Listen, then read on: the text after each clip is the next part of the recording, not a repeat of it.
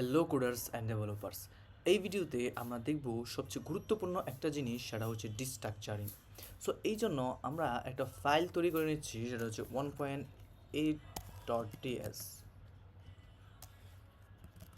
আমরা জাভাস্ক্রিপ্টে যেভাবে ডিস্ট্রাকচারিং করেছিলাম, টাইপস্ক্রিপ্টেও ঠিক একইভাবে ডিস্ট্রাকচারিং করা হয়।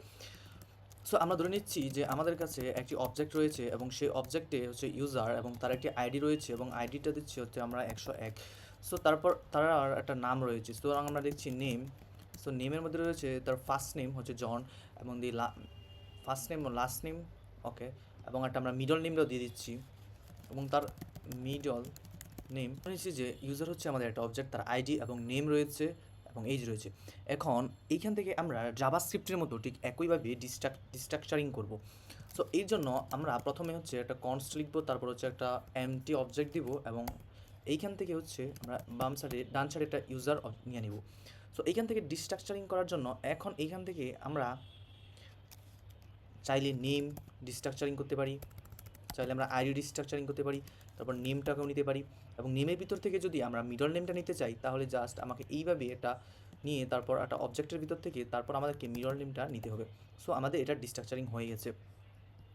এখন আমরা যদি চাই এই মিডল নেমটাকে চেঞ্জ করে হচ্ছে মিড নেম দিতে, অর্থাৎ এই নামটাকে একটা ভেরিয়েবলে এলিয়াস করতে, তাহলে আমাদেরকে এইভাবে একটা অনুপাত চিহ্ন দিয়ে তারপর এইটাকে আমাদের দিতে হচ্ছে মিড নেম।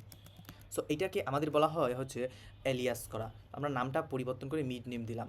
একইভাবে আমরা চাইলে আইডিটাকেও আমরা চাইলে এভাবে এলিয়াস করে ইউজার আইডি হিসাবে নিয়ে নিতে পারি। এভাবে আমরা একটা অবজেক্ট থেকে ডিস্ট্রাকচার করতে পারি। এখন আসি আমরা অ্যারের ক্ষেত্রে কীভাবে ডিস্ট্রাকচার করবো টাইপস্ক্রিপ্টে। এখন ধরে নিচ্ছি যে আমাদের কাছে একটা আমাদের ফ্রেন্ডের একটা অ্যারে আছে, লেট ফ্রেন্ড অ্যারে। সো এইখান থেকে আমরা ফ্রেন্ডের অ্যারে দিচ্ছি এবং একটা টাইপ দিচ্ছি হচ্ছে আমরা স্ট্রিংয়ের একটা অ্যারে থাকবে এবং এইখানে আমাদের কিছু ফ্রেন্ডের নাম রয়েছে। সো এইখান থেকে যদি আমরা ডিস্ট্রাকচার করতে চাই তাহলে সেটা আমরা কীভাবে করব, ঠিক আমরা এইটাকেও ঠিক একইভাবেই ডিস্ট্রাকচারিং করব। সো এই জন্য প্রথমে আমাদেরকে নিতে হবে কনস, তারপর একটা এস সাইন নিতে হবে, তারপর এটা ডান সাইডে আমরা জাস্ট এই ফ্রেন্ড অ্যারেটা লিখে দিব। সো এবার এইখান থেকে আমরা হচ্ছে যদি আমরা যদি এখান থেকে চার্লি নামটাকে আমরা ডিস্ট্রাকচার করতে চাই তাহলে আমরা দিতে পারি বি সি। তাহলে হচ্ছে আমার যে ভেরিয়েবলটা আছে এই ভেরিয়েবলের ভিতরে চলে আসবে এলিস, তারপর ভেরিয়েবলের ভিতরে চলে আসবে হচ্ছে আমাদের বব এবং সি এর ভিতরে চলে আসবে হচ্ছে চার্লি। সো এইভাবে আমরা অ্যারে থেকে ডিস্ট্রাকচার করতে পারি।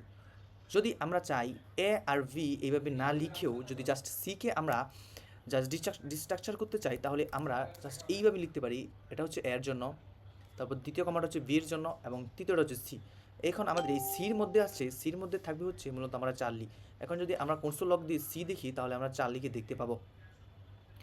এখন আমরা যদি চাই যে আমরা এই তিনটাকে তো আমরা অলরেডি ডিস্ট্রাকচার করে ফেলেছি এবং বাকি যে ভ্যালুগুলো আছে যদি এখানে আরও কিছু থাকতেও পারে। সো বাকি ভ্যালুগুলোকেও যদি আমরা আনতে চাই তাহলে আমরা এখানে ইউজ করতে পারি হচ্ছে স্প্রেড অপারেটর। জাস্ট আমরা স্প্রেড অপারেটরটা দিব, এটা হচ্ছে রেস্ট অপারেটর। সো আর এইখানে আমরা দিয়ে দেবো ফ্রেন্ডস। সো আমাদের বাকি ভ্যালুগুলো চলে আসবে হচ্ছে আমাদের এই ফ্রেন্ডসের ভিতরে। সো আমাদের বাকি ভ্যালুগুলো চলে আসবে হচ্ছে আমাদের এই ফ্রেন্ডস ভেরিয়েবলের ভিতরে। সো এই ছিল আমাদের আজকে অবজেক্ট এবং অ্যারে ডিস্ট্রাকচারিং। সো আমরা এই ডিস্ট্রাকচারিংটা মূলত আমরা প্রজেক্ট তৈরি করার সময় প্রচুর পরিমাণে ব্যবহার করব এবং বিভিন্ন কারণে বিভিন্ন ডেটাবেসের ভিতর থেকে বিভিন্ন ধরনের ভেরিয়েবল বা ইনফরমেশান আমরা ফাইন্ড আউট করার জন্য আমরা এই ডিস্ট্রাকচারিং ব্যবহার করব। সো এই ভিডিওটা হচ্ছে এই পর্যন্তই।